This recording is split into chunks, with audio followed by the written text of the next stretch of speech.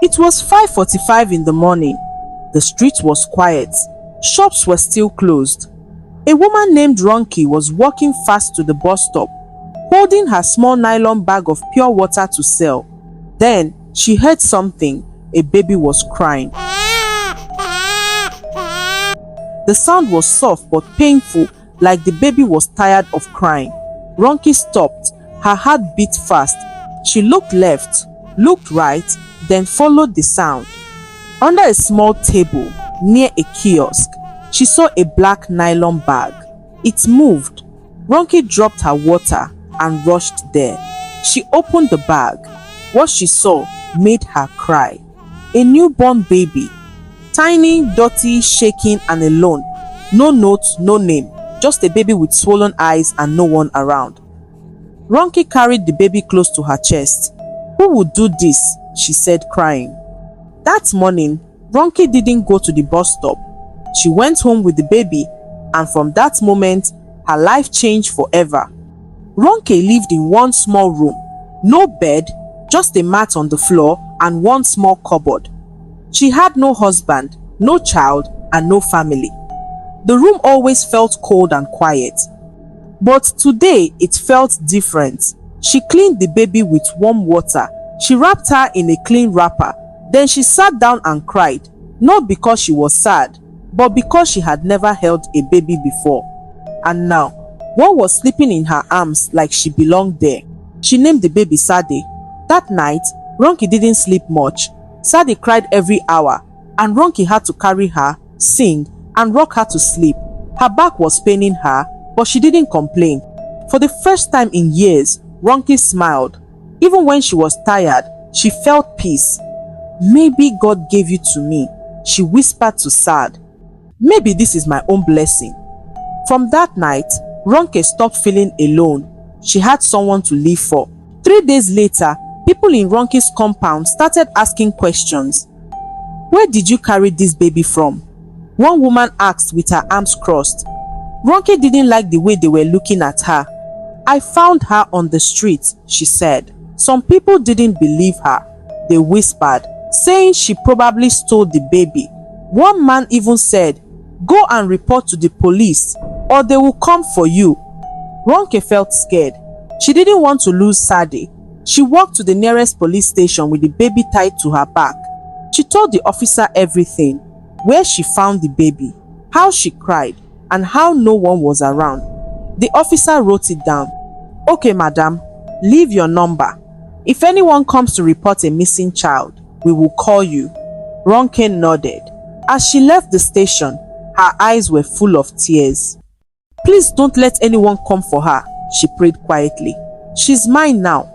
Taking care of Sade was not easy. Ronke didn't have baby food. She didn't even have enough money. She used soft pap and small milk when she could afford it. Some days, she would drink Gary just to save money for Sade's food. Her body was getting thinner, but her love for Sade was growing bigger. She started doing extra work, washing clothes for people, sweeping shops, even carrying blocks on a site just to buy diapers. People mocked her. You no get husband, you no get job, and you carry baby? One woman laughed, but Ronke didn't answer them. Every time Sade smiled or held her finger with her tiny hand, Ronke knew she was doing the right thing. Even if her stomach was empty, her heart felt full. One cold night, Sade started coughing. Her nose was blocked and she was breathing fast.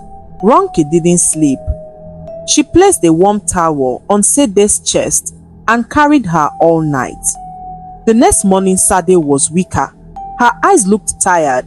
Ronke rushed her to a nearby chemist with shaking hands. Please help my baby, she cried. The chemist gave her some medicine and said she needs good food and rest. Ronke nodded and paid with the last 1,500 in her wrapper.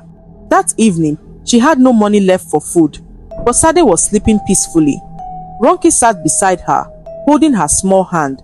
I'm sorry I can't give you much, she whispered, but I'll give you all my love. Then she lay down beside her and prayed the sickness would go away for good. Years passed. Sade started walking, then talking. She was full of life. Every corner of the room was filled with her small voice, singing or asking questions. Ronke was always tired but happy. One afternoon, while feeding her, Sadie looked at her with big eyes and said, "Mommy, thank you." Ronke froze. Her spoon dropped. Tears ran down her cheeks. She had waited so long to hear that word. "Say it again," she whispered. "Mommy," Sadie said, laughing. Ronke carried her and cried into her small bag. That night, she couldn't sleep. She just kept looking at Sadie and smiling. "Even if I never have money in this life," she said, "at least I have you." And for the first time in a long while, Ronke slept with peace in her heart. When Sadie turned 5, Ronke wanted her to go to school, but school money was hard to find. She begged the headmistress of a small school near their house. "Please let her start. I will pay small, she said. The woman looked at her and then at Sadie, who was smiling and holding Ronke's hand. "Okay," the woman said, "but don't owe too long." Ronke bought one second-hand uniform, a small bag, and borrowed a pair of black shoes. That morning, she dressed Sadie and walked her to school, holding her tight. "Be a good girl, okay?" she said. Sadie nodded and ran inside. Ronke stood by the gate, watching. She didn't leave until the bell rang. On her way home, she smiled.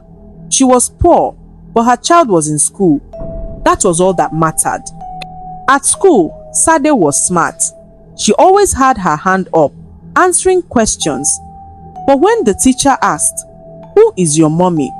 she smiled and said, "My mommy is Ronke." Other kids started laughing. "Is that your real mommy?" one boy shouted.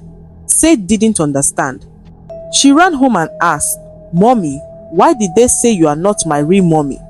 Ronke's heart broke. She sat Sadie down and looked into her eyes. "I may not be the one that gave birth to you," she said softly, "but I'm the one that stayed with you, fed you, and carried you when you cried." Sadie was quiet for a while, then hugged her tight. "You're my real mommy," she said. That night, Ronke looked at the stars and whispered, "Please, let no one ever come to take her from me." One Sunday morning, as Sadie and Ronke walked home from church, a woman standing by a shop kept looking at them. She wore a clean dress, held a small handbag, and had sad eyes. When Sadie ran ahead to chase a butterfly, the woman asked Ronke, "What's her name?" Ronke smiled, trying to walk away. "Sadie," she answered. The woman nodded slowly and watched Sadie laugh and jump around. "She looks like my daughter," she said quietly. Ronke felt something cold in her chest. "Sorry," she replied and walked away fast. That night, she couldn't sleep. She kept thinking of the woman's eyes. She had seen many people before, but this one felt different, like someone who had lost something very dear. 2 weeks passed. Ronke kept seeing that same woman around. At the market, near the school gate, even outside church. She never came close again, but she always looked at Sadie. Ronke started feeling scared. Her heart would beat fast anytime she saw her. One evening, she told a neighbor, "That woman is always watching us." The neighbor looked surprised. "You better be careful. Oh, what if she knows something?" That night, Ronke held Sadie tighter than usual. "No one will take you from me," she whispered while Sadie was sleeping. But deep inside her heart, a voice asked her, what if this woman knows the truth about Sadie? What if she is not just watching? What if she came to take her back? One hot afternoon, Ronke was washing clothes outside when she heard a knock on her door. Sadie was inside, singing to her dolls. Ronke stood up slowly, her hands wet with soap. When she opened the door, the same woman was standing there. Her eyes were red, like she had been crying. "Please," the woman said softly, "I need to talk to you." Ronke's heart dropped. She didn't say anything. The woman looked around, then pointed to Sadie playing inside. "That's my daughter," she said with shaking lips. Ronki's legs felt weak. She wanted to close the door, but her hand didn't move. She was taken from me when she was a baby, the woman said. I've been searching for 12 years. Ronki's eyes filled with tears. This was the moment she feared. It had come. Ronki stepped outside and closed the door behind her. She didn't want Sade to hear anything. Why now? Ronki asked, her voice low. The woman's name was Aisha. She pulled out a small photo from her bag. It was old and faded, but it showed a baby with the same small nose and ears as Sade. She was kidnapped from me when she was just 3 months old, Aisha said, crying. Ronki wiped her face. I found her by the roadside, wrapped in nylon. I went to the police. No one came forward. Aisha nodded. I've gone to over 50 stations. I only just saw her 2 weeks ago and followed her. Ronki's hands were shaking. She doesn't know you, she said. She only knows me. Aisha looked at her and said, but she came from me. Both women stood there, crying. One gave birth to Sade, the other raised her. Now, they were both fighting the same fear, losing her. That night, Ronki tried to act normal. She cooked, laughed, and helped Sade with her homework, but her smile was fake. Her hands were shaking when she passed the plate of rice. Sade looked at her closely. Mommy, are you sick? She asked. Ronki smiled. No, I'm fine, my baby. But while Ronki stepped outside to fetch water, Sade tiptoed to the door and listened. Aisha had come again. Just one chance, Aisha begged. Let me speak to her. I'm not trying to steal her. I just want her to know who I am. Ronki's voice shook. She's not ready. She doesn't even know she was adopted. Sade gasped. Adopted? Her chest started to beat fast. She stepped back from the door, eyes full of tears. Everything she knew was suddenly broken. Was Ronki not her real mommy? Sade sat on her mat, quiet. When Ronki came inside, she smiled and said, time to sleep. But Sade didn't move. She looked up and asked, are you not my real mommy? Ronki stopped. Her heart broke into pieces. Who told you that? She asked. Sade looked down. I heard you talking outside. You said I was adopted. Ronki sat beside her and held her hand. You are my child, she said softly. I may not have carried you in my stomach, but I carried you in my heart every day. Sade's lips shook. So the other woman, is she the one that gave birth to me? Ronki nodded slowly, tears falling. Sade looked away, her small heart confused. So which one is my real mommy? She asked. Ronki didn't have an answer. She just hugged her tight and cried silently. The next day, Sade didn't go to school. She sat between Ronki and Aisha at a small bench outside the house. Both women looked tired. Sade looked at Aisha and asked, why did you lose me? Aisha cried. Somebody took you when I was buying something. I looked for you every day for 12 years. Sade turned to Ronki. And you found me? Ronki nodded slowly. You were crying, alone. I couldn't leave you. Sade looked at both women. So one gave birth to me and one raised me? They both nodded. Sade looked down and said softly, can I have 2 mummies? Aisha's tears dropped. Ronki's hands shook. In that moment, both women knew they loved the same child, and the child loved them both. After that day, people in the compound started talking again. 2 women fighting over one child, they whispered. Some said Aisha came to take Sade by force. Others said Ronki planned to hide Sade forever. Children at school teased Sade. Who is your real mommy now? They laughed. Sade didn't answer. She just sat alone during break, quiet and sad. Ronki noticed the change. At night, Sade didn't talk much. She stopped singing. She looked confused. Ronki held her hand and said, don't mind what people say. You are loved. That's what matters. Aisha also came with new clothes and food. I just want to be part of your life, she said gently. Sade looked at her and smiled a little. But in her small heart, everything still felt heavy. She didn't know where she truly belonged. One hot afternoon, a letter came from the welfare office. Ronke opened it with shaking hands. The letter said someone had reported a case that Sade was a missing child and now her real mother had been found. They asked both women to come to the office with the child. Ronke sat down and cried. So they want to take her away from me? Aisha came that evening, holding the same letter. I didn't report, she said. Maybe someone from your compound did. They both sat outside in silence. Sade came out and sat on Ronke's lap. What's wrong? She asked. Ronke forced a smile.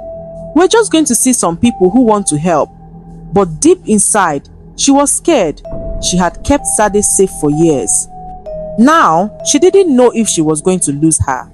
The next morning, they went to the welfare office. The building was big and full of people. Ronke held Sade's hand tightly. Aisha walked beside them, quiet. Inside, an officer asked many questions. When did you find her? Did you report to police? Do you have any papers? Ronke showed the old paper from the station. The officer nodded. Then he asked Aisha for proof. She brought out a birth certificate and baby photo. The officer looked at them for a long time. The child belongs to Aisha by blood, he said. Ronke felt her chest break. But then the officer said, but the court must decide what is best for the child. Ronke looked up. So I still have a chance? She asked. The man nodded. Yes, we will hear from the child too. A few days later, they went to family courts. Sade wore a yellow gown and held both women's hands. Inside, the judge looked at her kindly and asked, do you know why you are here? Sade nodded. Because I have two mummies, the judge smiled softly. And do you love them both? Sade nodded again. Yes. Then the judge asked, if you could live with only one, who would you choose? Sade looked at Ronke, then at Aisha. Her lips shook. I don't want to choose. I want both. The room went quiet. The judge looked at the two women. Sometimes, love is not about blood, he said. Sometimes, it's about who stayed. Aisha wiped her tears. Ronke bent her head, crying. In that moment, Sade stood up and held both of them. Please don't make me choose, she begged. I just want my family. The judge looked at both women for a long time.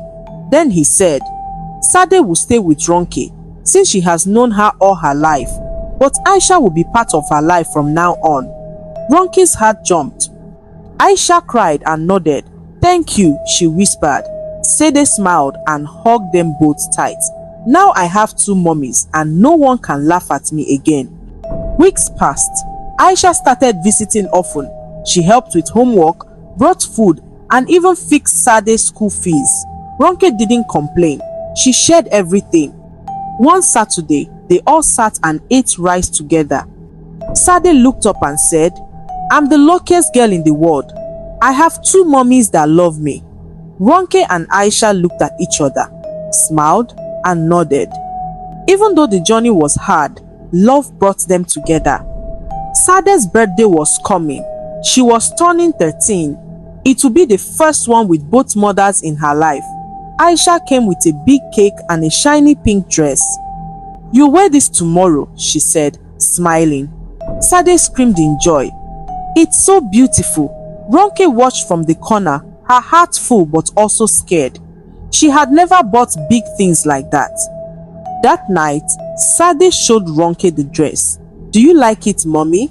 She asked. Ronke smiled and touched the soft cloth. Yes, my love. You look like a star. Sade hugged her. I want both of you to sing for me tomorrow. Ronke nodded slowly, trying to push down the fear in her heart. Fear that she was slowly losing her little girl. The party was small but joyful. Some school friends came and neighbors too. Sade stood between Ronke and Aisha, cutting the cake with a big smile. Sing for me, she shouted. The two women looked at each other and laughed.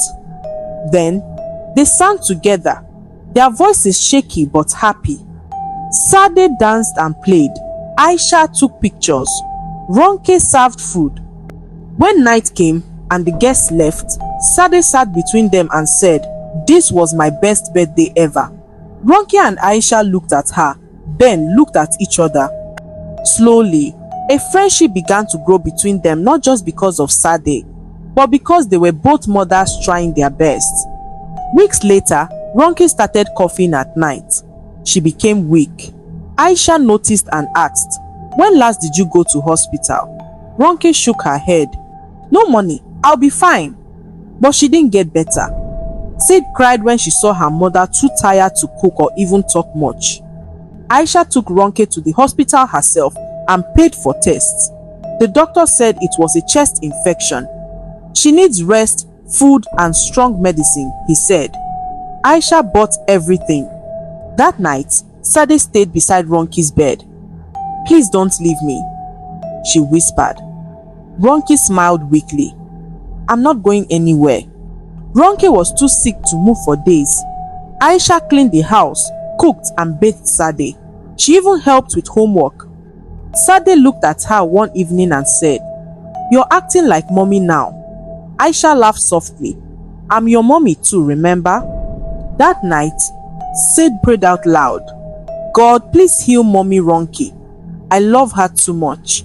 Aisha wiped her eyes as she listened.